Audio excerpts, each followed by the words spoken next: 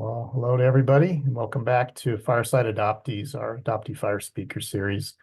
Really pleased to have Amy Hansen here. Let me tell you a little bit about Amy. She's a domestic adoptee, like myself, born in 1969, placed in adoption at birth to a loving family, also like me, and well cared for. And also like me, she was a happy adoptee, grateful to her birth parents and adoptive parents, uh, a people pleaser, and that was certainly something, again, I can really strongly relate to.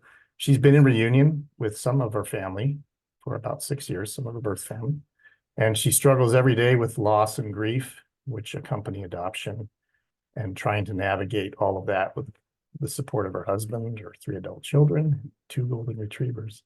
So thanks for being here, Amy. It's really an honor to have you here in Fireside. Thank you. It's an honor to be here. I appreciate the opportunity.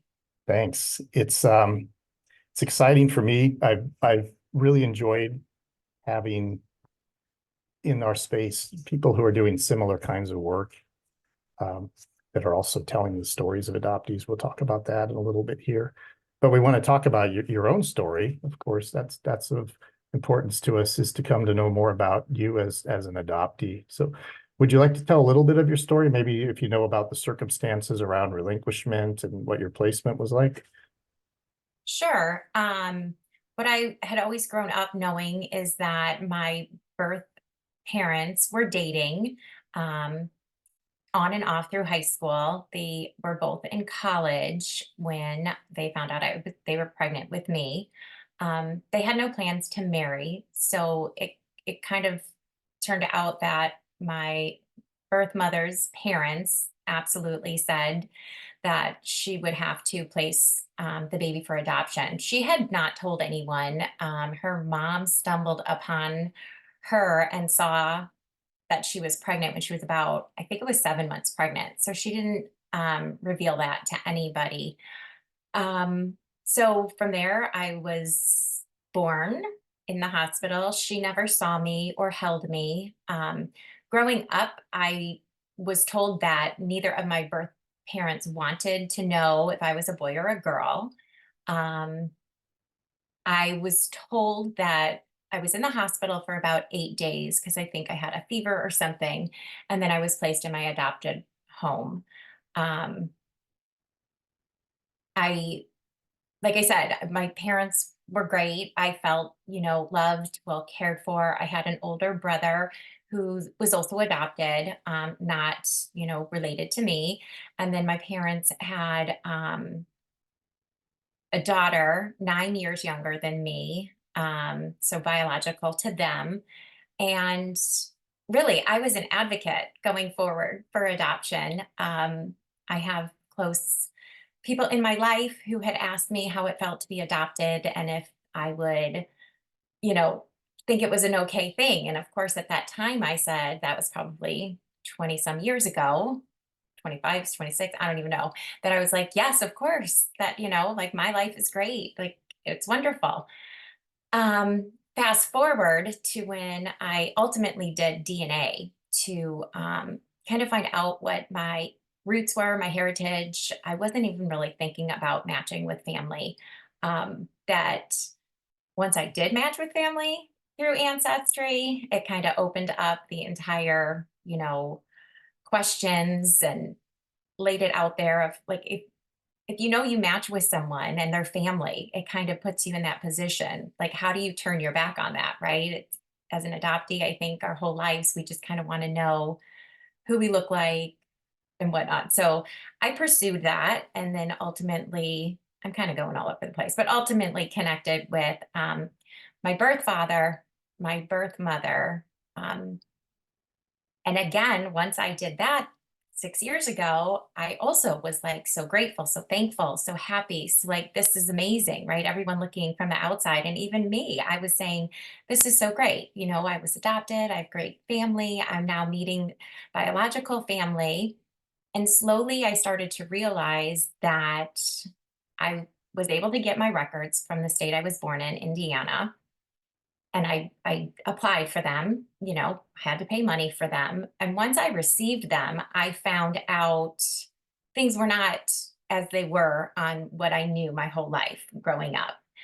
Um, So I think that kind of hit me, that as an adoptee, having your truth like withheld from you and finding things out when you're, I think I was 48 going on, almost 50, to finally see my original birth certificate, to finally see the paperwork of what happened during my adoption. I also found out I was in foster care. Not a long time, but it was a week after the hospital. So I wasn't placed with my adopted family until I was over 2 weeks old. And that really hit me hard, thinking, well, where was I? Who was caring for me? I think a lot of us can relate to that. And I think that kind of, you know, turned my whole perception of what it was to be adopted. Like that, I didn't feel grateful. I don't feel lucky. And it's just a struggle that, daily um, I deal with. So that's kind of a nutshell. Yeah, it's really interesting to hear the progression, of course. Mhm. And we definitely want to talk about that. Did you know your whole life that you were adopted? I did. I knew my whole life. I don't remember ever having a sit down, you know, talking about it. I did when I started having, coming out of the fog, I did talk to my adopted brother. We're not really close. And I asked him if he remembered a sit down, and he didn't either. He just, same thing. He just always knew he was adopted. So I think it was just conversation in our house. So, And maybe this is personal, but you said you found out things that didn't match what you had been told. And I can yeah. relate to that. Do you feel comfortable sharing any of that? Or Sure. It had said that my parents, were young in college. That they were engaged to be married, but then ultimately decided that they were too young to, raise a baby together. Um, but then I found out they had never been engaged. Um, I guess my birth father had said to my birth mom, we should get married. She did not want to marry him. They weren't in a relationship for all of high school. I guess they knew each other. They had dated a few times, but it wasn't like it made it sound like it was that high school sweetheart, romance that, went south once they found out they were pregnant and weren't getting married. So do you that know was hard. where that narrative originally came from? Did it come from your parents, or how It did was it come down on to you? my non-identifying information, Oh, where it kind of listed, very basic facts on both of my parents, and then just had that little blurb in there. it's interesting how, and you said it, you went along for years and years, decades before you found out, and the Yeah. realities crashing in, and the way it dislodges how you understand yourself, right? Right. And the whole apparatus or in institution of adoption, and like, what in the world have I been a part of without knowing it? And so it's really interesting to hear how that's shifted for you. And I'd like to talk about that in a minute if we could. Mhm. I'm curious if we could just a second talk about your brother in this. So he's an adoptee as well. And you Mhm. also, like many of us, ended up with a biological sibling biological to your parents. Did you find that your brother had the same types of interest in finding out about his heritage or his past? So my brother and I were complete opposites. He was the adoptee that rebelled, that um, my dad really, our adopted dad really had, I think, like a thought that he wanted for a son. And my brother was not conforming to that. He got in a lot of trouble. He rebelled. And I was the complete opposite, where I didn't want anyone to be unhappy. I hated when, fighting was happening. So I took the other side. But so my brother never really was interested. But once I did DNA, he kind of got a little interested in it. So I did buy him an ancestry kit for his birthday, probably like 4 years ago. And he actually was able to meet with his biological family as well too. So, and that meant a lot to him. So I'm glad I was able to do that for him because I know he struggled a lot um, with just like that parental struggle of, and I think we all have that, right? Of not fitting in, trying to be molded into someone that in your DNA you just aren't. And Yes, he, it was hard for we've him. talked about that Mhm. privately in some of our conversations about this doesn't fit, this doesn't feel right, but I have to, I think I told you it was like wearing a sweater that doesn't fit. Everybody, Right. everybody needs you to wear that sweater. You're like, it doesn't fit. And stretch you, Exactly. you still have to have it on because there are people here that need you to have that sweater on and it needs to feel good to you. So, and I know because you've interviewed some of our friends that I hear stories about this, about the male adoptee and the family having a completely different type of relationship with the adoptive parents than the girl does growing up. Hmm. And I can think of, I'm sure you talk to people about that. It's just interesting how the experiences can be so different. Um, and it's tragic in a lot of ways. There's some of it in my family, not me personally, but people near me, close to me in my family who also there are adoptees in my family as well. And I would say some of the same things that happened where there's the way you are, the way I was compliant, and Hmm. everything's fine. It has to be that way. And then there are people that they can't stand that scratchy sweater. They break out of it, and everybody wants to put them in line, and it's really too bad when that happens. Would you say that your parents were open to talking at all about adoption growing up? Did you have any of those conversations? So I did have conversations, and I guess the conversation that I always had was that your parents loved you very much and they couldn't care for you. They were very young, they didn't have jobs, and that they placed you for adoption. Um, and that if I ever was interested in, searching, that they would be supportive. Um, so I always, grew up like that. I have a best friend from high school who, when I finally did search, she was shocked because she was like, "You said you never wanted to know."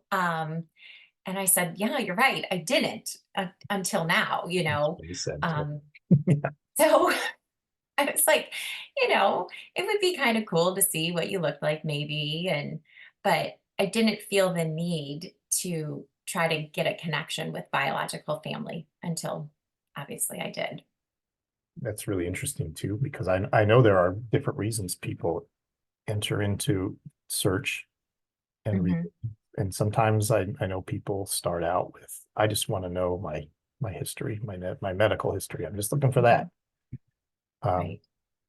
and what you've said here is you were looking for what did people look like? Why do I look the way I do? Why maybe am I this way?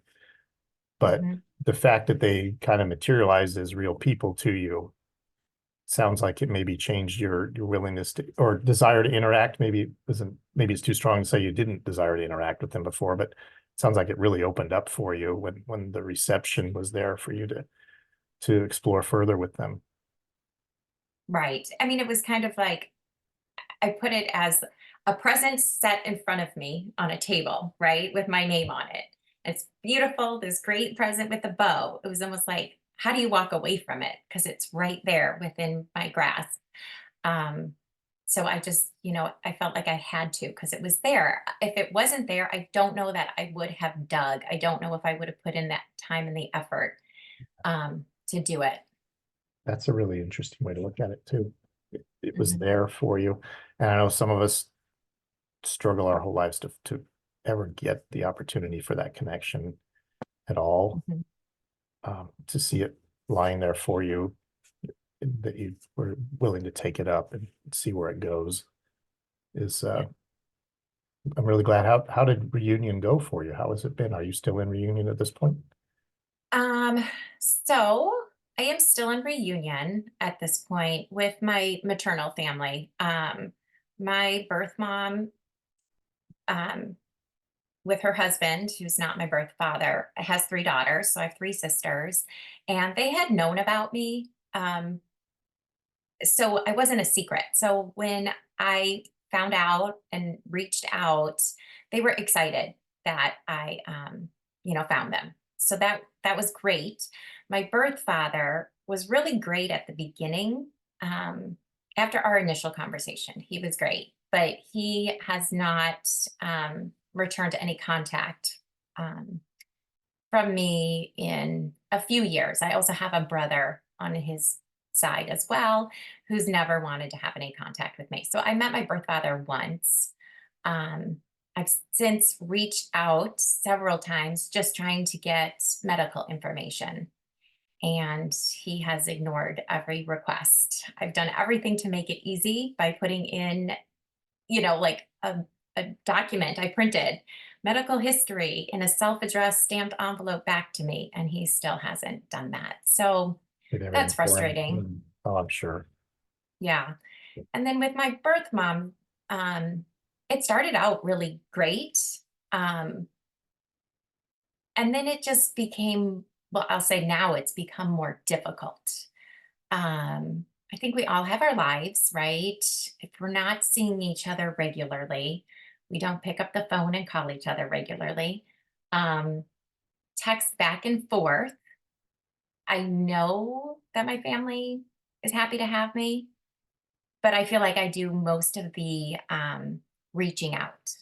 Yeah. And that has become really hard on me lately, um, because I feel like I think as adoptees, we want to be wanted, right? We want the people wanting us, especially the people who ultimately walked away from us, right?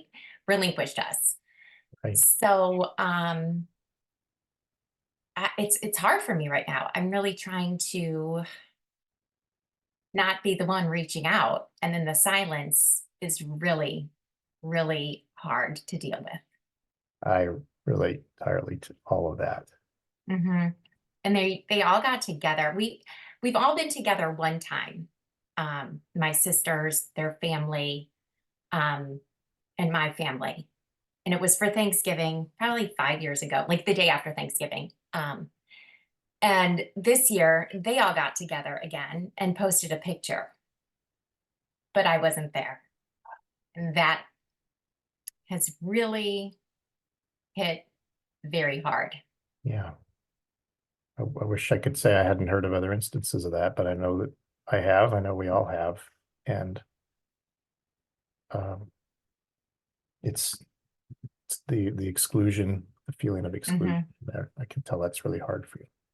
Yeah, yeah. So, you know, looking from the outside for people would think, wow, you're really lucky. You have this, you have that, and but they don't know what's in my heart, and that because it's hard to explain unless you're an adoptee Yeah. to say that. And I know it was not an intentional posting of something. I don't think they even thought that that could make me hurt me. Mm. And you know but us adoptees, I think, are a little sensitive in that area, especially once you get to connect, right? And then you feel like, wow, this is really good. Wouldn't it have been nice if the picture said, but we're missing Amy and her family? Yeah. That could have been a different scenario for me. But Right. Right. yeah. So It's just like a reminder of what will always be different. right. And like you said, even with the great things that happen, there's it's never going to be as whole as it was for people that grew up in it. And I think it also kind of ties into what you said about you had, as I would relate, a good experience as an adoptee. I just don't like calling these experience because I think it sounds like staying at a hotel that you like. This was a great hotel Right. or a resort, the number of stars you would give it. But even with the placements of the adoptions that people say, well, that was wonderful. Look how loved you were. Look how accepted you were. we still carry the trauma and go for a lot of us decades without knowing it's there or being able to acknowledge it. And we call that the fog, of course. And Mhm. you've mentioned a little bit about the fog, but what was the experience of coming out of the fog like for you? Um, it wasn't, I know I've heard your story and you've shared that, Greg. It was not this all encompassing moment for me. It was probably little by little that just kept, creeping in to me, learning just different aspects of, um, like when I said I found out I was in foster care, like that was like, oh my gosh, that hit me so hard. And then also with my records, my adopted family, they had put they wanted a daughter. And I thought, gosh, if I was a boy, I wouldn't be with that family. Just like learning about the Yeah, fate of the next in line, right? If someone maybe before me, maybe they had a boy who they were relinquishing, and so yeah, it just started putting these like all these what ifs almost in my mind, and understanding and like really accepting the fact that so many things could have been different, um if one thing was out of place, or and that just kind of threw me because my family with my husband and my children, like they're so important and so special to me, that I think that could have all been something else, right? It's just a hard thing to settle with. And that's when I got the book, The Primal Wound, too, and read that, which was difficult.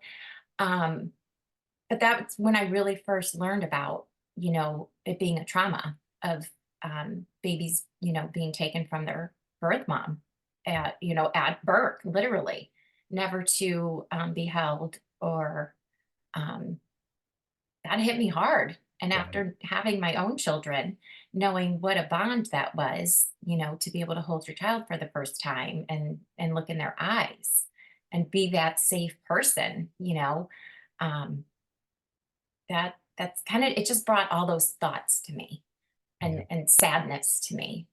So, Comes in waves. I think it goes along with the grief you mentioned, even in the biographical statement that you gave for me that I read at the beginning mhm, here. The grief comes, and for me, it's like an ebb and flow sort of thing where I'll be fine, and then it's like, wow, this was really bad, or something else reminds me of it, and maybe situations like you said here about there was a photo, mhm, but he was in the picture.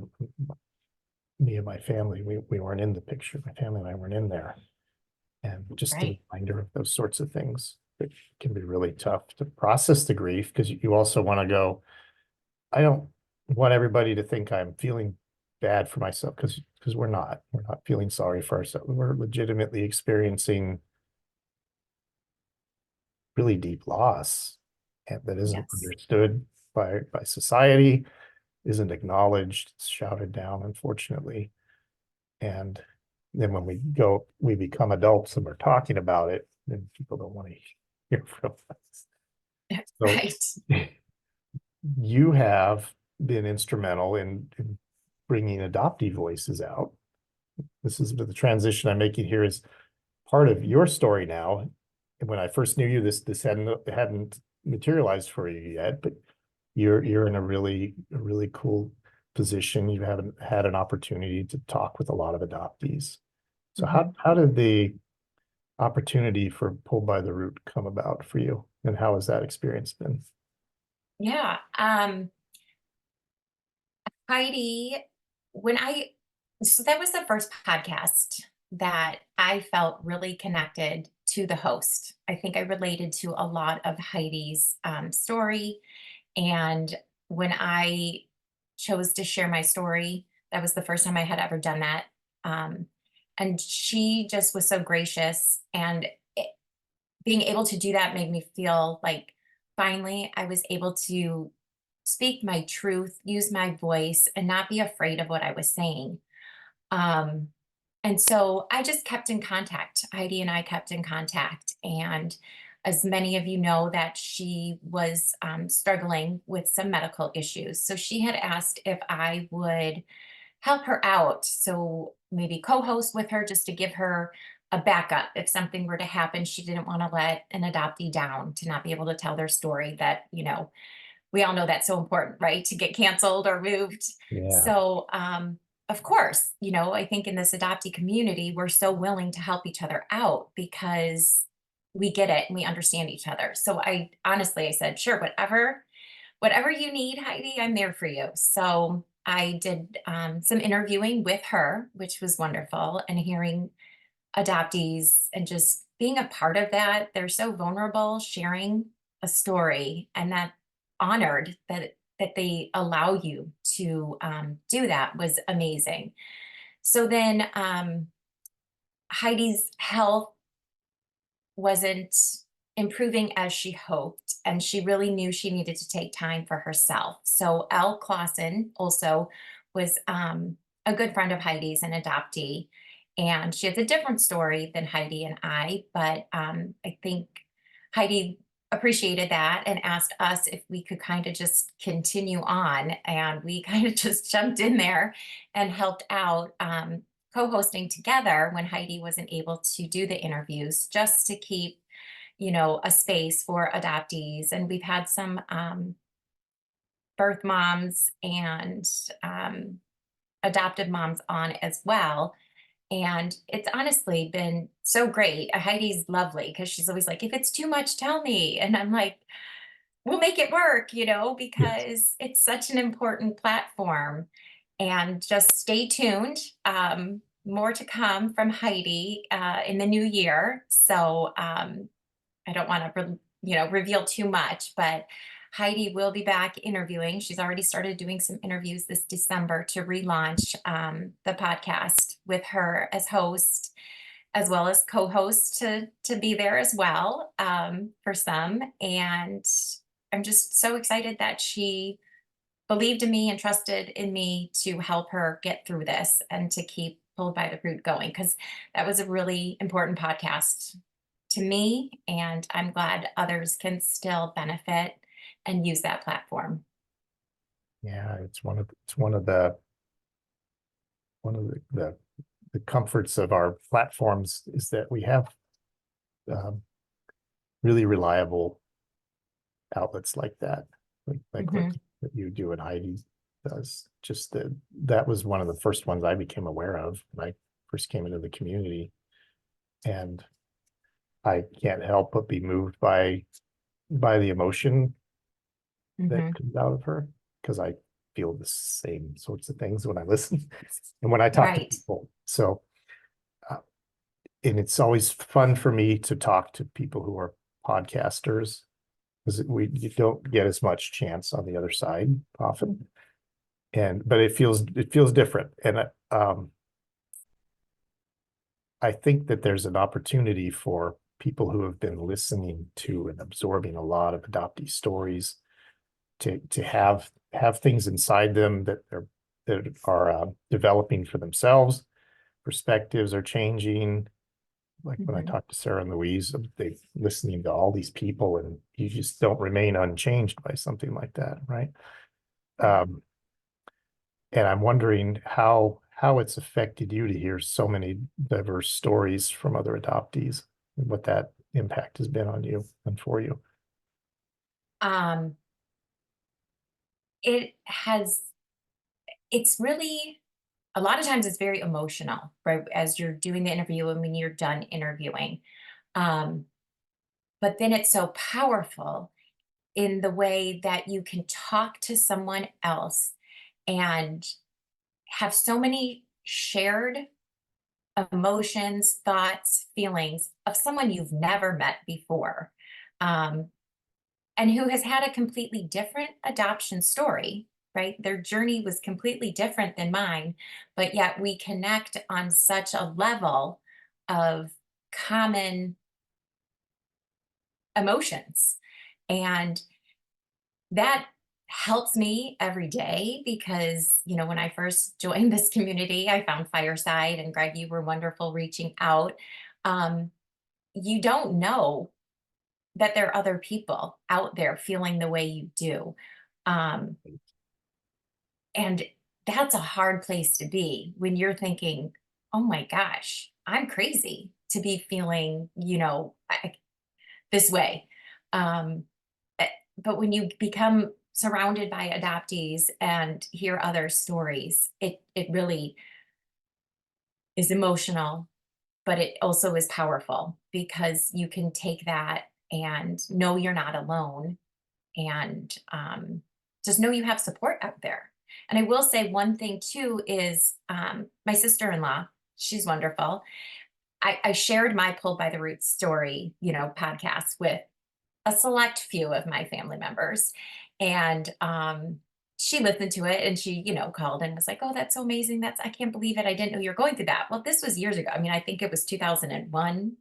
I don't know. It's been many years since I was on her show. Oh, wow. She's been listening to the podcast now. And then Gosh. when I told her I was co-hosting, she just keeps listening to it. And she called me out of the blue this week and she said, oh my gosh, I I know you're struggling, but I had no idea. So just in listening to other adoptees, this is a person who's not adopted, grew up, I mean, she's been around in my life because, I've been married for however long. She's known me for so many years that she is finding the place in her heart to validate and acknowledge and put out like her hand and say, what do you need from me? What can I do for you? Because I can't imagine, you know, what you're going through and hearing from all these adoptees. So when she called me, it was, I almost, it was just out of the blue. And I thought, wow, these podcasts are helping not only adoptees, but people who just never understood the trauma and the loss that an infant, suffers and carries in their bodies. Yeah, And that, at 50 years, 54 years old, that now I'm dealing with it. So I'm so grateful to be able to be a part of it. that's amazing, and shows that how I shift. She's on the side of relinquished people. Right. What a powerful place that is to be, and I Hmm. know others who say the same thing. And it's overwhelming to know that people do that they do put that time and care and energy into the hearing. There are Yeah. people that are listening, and um, I think it's interesting how you said a couple people I shared something. I found out that my adoptive family listens to some of the things I do, and I thought, because instantly I thought, well, do I change what I've been saying then? Which is dumb. And I say dumb because it's like, of course I need to be truthful and to myself. And there are still elements of my own truth I'm coming into and bringing back to my own awareness and processing and unpacking. But it can be scary to have your voice out there where so many people can hear it. So even like Hmm. um tagging people when, oh, we're announcing your interview, I go, oh no, what if they don't like this? What if their family finds out they're on? Do you ever experience anything like that? Any of the anxiety around exposing people that, and I hate to say that, but there is a lot of Right. legitimate fear around that, I think. Right. But even when you asked if you could tag me in the post for this interview, I said yes right away because I'm trying to be honest. I'm trying to be me. Um, but I will tell you in the bio I wrote, and when I said I struggle every day, um, I struggle every day. And I was like, well, if some of my biological family sees this, what are they going to think? And a couple did tag it. And I was like, okay, they read it, or maybe they just saw the picture. I don't know. But I have been getting to this point that I'm struggling with is that I want people to want me for who I am and not only want me for what they want me to be. And Oh, wow. I just kind of came to this conclusion when I was talking with my husband recently, because my adoptive mother and I struggle a lot. Um, but she wants me to be someone I'm not. She wants me to be that compliant, happy adoptee that always said yes growing up. And I'm not doing that right now. And so um, when I said that, I was like, that makes a lot of sense. I want people to want me for who I am right now. I don't want to be wanted just for what they want me to be. And I think as adoptees, we were wanted for what they wanted us to be. We filled a gap in their family. Yes. Um, and that's a heavy burden for an infant, a child, an adult to be their whole life. Really. And even to struggle with not feeling guilty about wanting to come out of that, because we do It's that too, every, right? We're like, I shouldn't I feel bad that I no longer want to wear that mantle?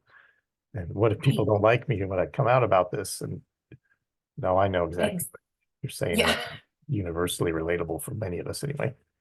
Yeah, that is really hard. So when you said that, I was like, yes. And then I'm like, it's out in the universe. It's easy to say yes and let it go and be out there. And my husband shared it. My daughter shared this interview. Um, I know a lot of people saw that I was tagged in it, and they were, excited for me. Yeah, So this is who I am. And it's not that I want to cut people off from my world, but this is who I am, and I need to be accepted and acknowledged for the person I am and the struggles I have. And there are struggles because of my adoption. There's no denying that. And no, it's a process that I'm continually, working through. And it's different for everybody.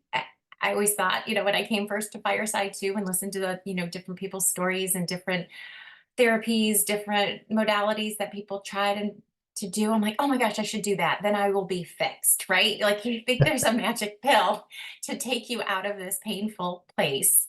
Um, but I'm learning that everyone's individual and it's a slow process. And you just have to do what feels right for you as an individual. sure.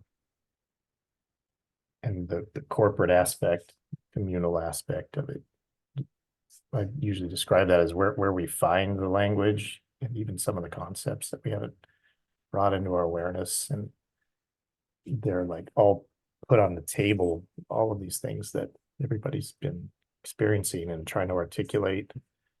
And yeah, you're right, some of them won't aid us as much as others will, other things will. Hmm. They may aid somebody else in their journey, Right. some of the things out there. So it's not like you want to say, no, that's not helpful to anybody. Can't universally say that. But you do find the selective process of, I can take this with me. I can build something with this. Someone else can build something with something else. So it is important to have that, the broad perspective of all these voices and experiences, so that people have more at their disposal. And I think it's getting broader and broader for people because we're now speaking in greater numbers. Hmm. There are lots of podcasts, right? If you're saying that Heidi's is as old as that, wow, I didn't know it went back that far. But that means there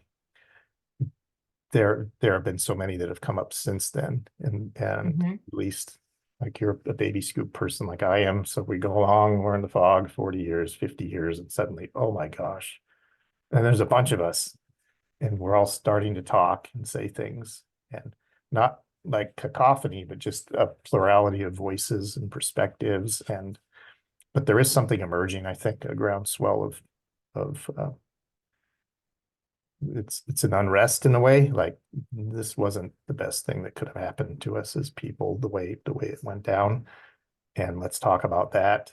And finally getting voices in the center, getting the conversation to broaden out so that the public can hear. Oh, so you mean adoptees grow up and they become older people and then they talk about things? I thought they were all, 2 years old, 3 years old. and we talk Right. about them that way. Adopted kids, we say, I tell I use that language of myself sometimes. I'm an adopted kid. I haven't found Right. some language that's adequate yet for talking about myself as an adopted adult, because that sounds strange to people too. But I Right. feel like what you're doing, what Heidi's doing, and what podcasters are doing, and platforms that are giving the voice here, and the memoirs and all of the things coming out collectively are just building this reverberation that hopefully will get some things moved forward in good ways, in ways that are beneficial for adoptees and for adoptees that are yet to be adopted. Right. Exactly. Exactly. I think that's the most important, right? Is the younger generation. And I know the younger generation seems to be, if you want to say, coming out of the fog a lot sooner, because I think they're hearing Yeah, the words that, again, they didn't have words for, but we didn't have this platform. We didn't have this vast, you know, uh, Facebook groups, like connection through online platforms when we were 20 and 30 years old. So right. it left us by ourselves alone thinking about these things. Yeah, this will sound really nerdy, but it's like my journey with Rubik's Cube. When I started doing Rubik's Cube in the very early 80s, very few people could solve it. You had to find somebody to teach you Rubik's Cube. Now you get kids that they are kids that go, I learned to solve the cube this weekend and I'm sub 20, less than 20 seconds, I'm sub 10. It wasn't out there before. It's sometimes difficult to understand how much labor had to go into making something like that available. And it's the same way, I think, with our stories here. But yeah, there's a lot of people, younger people coming out of the fog much earlier. And I often lament that I feel decades behind in a lot of this. Like, man, what was I doing for those 50 years, 50 plus years when I was in the fog? Well, part of the time I was trying to come out and I didn't know I was in it, but I was trying to emerge, but I listened Right. to the wrong voices and stayed there. But um, so we end up with all these people, like I said, who are 50 years old, right around there, and we're out now, but Yep. we're quite a menagerie. But I'm really glad to be in the struggle and along with so many of these great people in this journey. So I wanted to ask you one final thing here, Sure. and it has to do with people pleasing, because I think that's Hmm. been a theme. It's a theme in my life, and I know it goes along largely with the compliant adoptee role as well. But I believe some of the things you said here are that you've been struggling pretty fiercely against it, including, hey, I'm not going to take back my words or tone down what I'm saying. But what have you found useful or helpful for adoptee people pleasing? Um, so I don't know. I'm still That's working on okay it. not to know, because I I don't know know. we talked, well, we kind of went back and forth about somatic therapy. Yeah, Um, I I say recent, but it's been since July that I've been working with a somatic therapist to really get my mind body connected. I did talk therapy, which was wonderful for me. And like I could set the boundaries, I could rationalize everything in my head, I could make things make sense. Um, and it kind of graduated from it. She was like, I don't know that we have anything else to. I was like, okay. But then I found somatic therapy where it's really working with your nervous system right, and feeling like people pleasing. When we discuss people pleasing, what feelings show up in my body, um, and if I were to say no, like there is a strong, wow, you know, nervous system reaction because that's something I have very rarely did. I won't say never did, but I very rarely would go the opposite direction. So that's part of learning, um, and feeling that and accepting that and finding a safe place to understand that that feeling is something that is there because I've done that for 52 years of my life. And um, so that actually is a modality that is working really great for me. Mm. But it's hard. It's a hard thing.